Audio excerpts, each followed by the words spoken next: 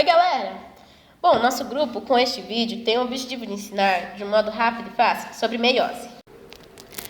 Diferente da mitose, a meiose é um tipo de divisão celular em que uma célula diploide produz 4 células haploides, sendo, por esse motivo, uma divisão reducional. O fato que reforça o caráter reducional da meiose é que, embora compreenda 2 etapas sucessivas da divisão celular, os cromossomos só se duplicam uma vez, durante a interfase, período que acontece tanto a mitose como a meiose. No início da interfase, os filamentos do cromátima não estão duplicados. Posteriormente, ainda nessa fase, ocorre a duplicação, ficando cada cromossomo com 2 cromátides. A redução do número cromossômico da célula é um importante fator para a conservação do lote cromossômico das espécies, pois, como a meiose, formam-se gametas com a metade do lote cromossômico. Quando a fecundação, ou seja, de encontro de 2 gametas, o número de cromossômicos da espécie se restabelece. Podemos estudar a meiose em 2 etapas, separadas por um curto intervalo chamado intercinese. Em cada etapa, encontramos as mesmas fases estudadas na mitose, ou seja, prófase, metáfase, anáfase, telófase. A meiose 1 é também chamada de reducional, porque ao final dela são produzidas 2 células com a metade do número de cromossomos da célula-mãe. Ou seja, no final da meiose 1, as células serão haploides. Ela é subdividida em 4 fases, denominadas profase 1, metafase 1, anafase 1 e telofase 1. A profase 1 é de longa duração e muito complexa. Os cromossomos homólogos se associam formando pares, correndo permuta de material genético entre eles. Vários estágios são definidos durante essa fase: leptoteno, zigoteno, pacteno, diploteno e diassínese. No leptóteno, os cromossomos tornam-se visíveis como delgados fios que começam a se condensar, mas ainda formam um denso emaranhado. Nessa fase inicial, as 2 cromatídeos irmãs de cada cromossomo estão alinhadas tão intimamente que não são distinguíveis. Já no zigóteno, os cromossomos homólogos começam a combinar-se estreitamente ao longo de toda a sua extensão. O processo de pareamento ou sinapse é muito preciso. E no paquíteno, os cromossomos tornam-se bem mais espiralados. O pareamento é completo e cada par de homólogos aparece como um bivalente, às vezes denominados tétrade, porque contém 4 cromatídeos. Nesse estágio, ocorre o crossover, ou seja, a troca de segmentos homólogos entre cromatídeos não irmãs de um par de cromossomos homólogos. No diplóteno, ocorre o afastamento dos cromossomos homólogos, que constituem os bivalentes. Embora os cromossomos homólogos se separem, seus centrômeros permanecem intactos, de modo que cada conjunto de cromatídeos irmãs continua ligado inicialmente. Depois, os 2 homólogos de cada bivalente mantêm-se unidos apenas nos pontos denominados quiasmas. Na diassínese, o estágio dos cromossomos atinge a condensação máxima.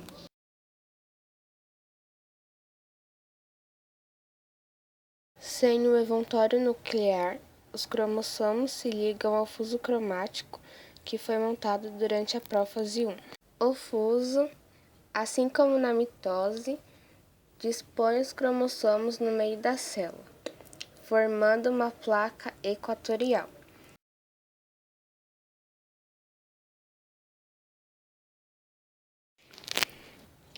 Assim, como na anáfase da mitose, os cromossomos serão puxados para os polos da célula. Só que na meiose tem uma diferença. Como os cromossomos homólogos foram colocados um ao lado do outro, o fuso acromático não tem como se ligar aos 2 lados do mesmo cromossomo. Lembre-se de que na mitose, como o fuso se ligava aos 2 lados, um fuso puxava para a direita e o outro para a esquerda, provocando a quebra do centrômero e a separação das cromátides irmãs.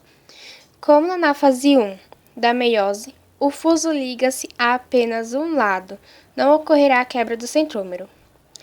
Os cromossomos serão puxados inteiros, cada homólogo indo para o polo diferente do seu par. O nome dessa separação dos cromossomos homólogos é disjunção ou segregação.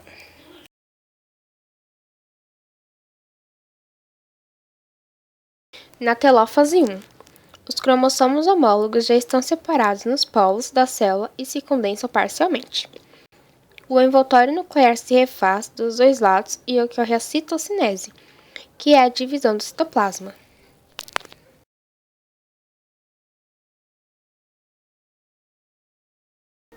Ao final da meiose 1, formam-se duas células com metade do número de cromossomos.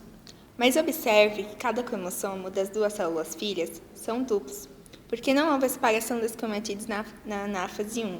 Além disso, essas duas células são haploides, porque elas não possuem pares de cromossomos homólogos. Os cromossomos foram agregados desde a anáfase 1.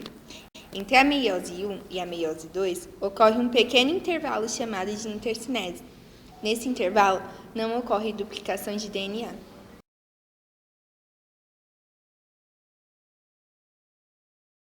Meiose 2 ou equacional. A fase acontecerá uma série de eventos com as duas células filhas, formadas pela meiose 1, que culminarão com a formação de 4 células. Essas 4 células terão o mesmo número de cromossomos que as duas células que lhe deram origem, por isso o termo equacional. Só que ao invés dos cromossomos serem duplicados, elas serão simples. Para a fase 2. Os cromossomos voltam a se condensar.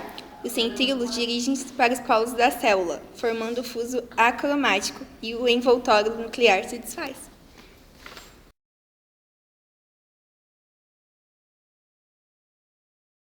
Na metáfase 2, os cromossomos ligados ao fuso são transportados ao centro da célula, formando a placa equatorial. Observe que, como não há mais homólogos nas células, eles se dispõem um sobre o outro, como na mitose. Dessa forma, o fuso consegue ligar-se aos dois lados de cada cromossomo.